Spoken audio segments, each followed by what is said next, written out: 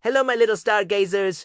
Como se? Down, your favorite uncle has a story for you. It's a special one about a little prince from a tiny planet way out in the big, dark, sparkly sky. Once upon a time, there was a pilot, a bit like your Uncle Tom, who loved to fly. One day, his plane had a problem, and he had to land in the middle of the huge Sahara Desert. He was all alone, with just enough water for a week. The very next morning, he was woken up by the strangest little voice. It said, "If you please, draw me a sheep." He looked up and saw a little boy with golden hair, a little prince who had appeared out of nowhere.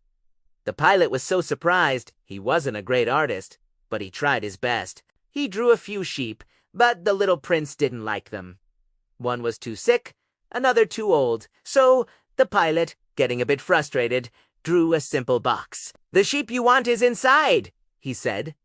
The little prince's face lit up. "That's exactly the way I wanted it," he exclaimed, and that's how they became friends. The pilot learned that the little prince came from a planet that was barely bigger than a house. It was called Asteroid B.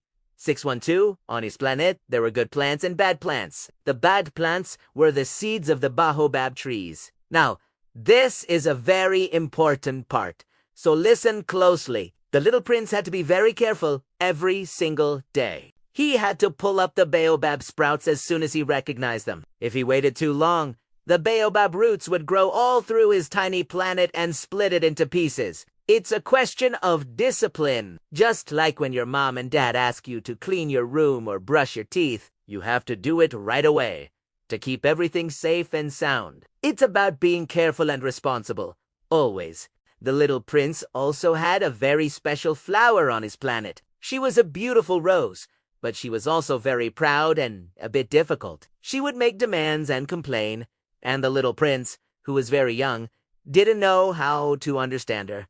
He loved her, but her vanity made him sad. So one day, he decided to leave his tiny planet and explore the universe. He said goodbye to his rose and set off on his journey. He visited many other tiny planets, each with just one person on it. He met a king with no subjects, a conceited man who only wanted to be admired, a tippler who drank to forget he was ashamed, and a businessman who was too busy counting stars to ever look at them. None of them made much sense to the little prince. They were all so focused on silly, grown-up things. He felt very lonely. Finally, he arrived on Earth, and that's where he met a fox.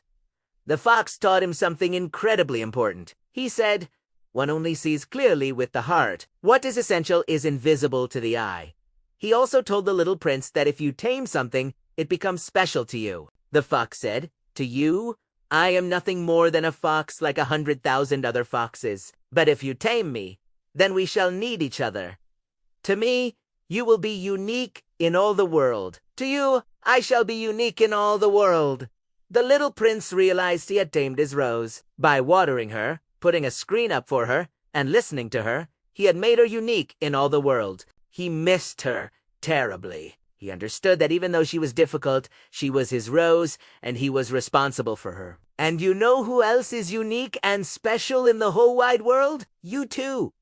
And your uncle is here to look after you, just like the little prince looked after his rose. That's why uncles are so important. The little prince knew he had to go back to his planet, back to his flower. It had been 1 year since he arrived on Earth.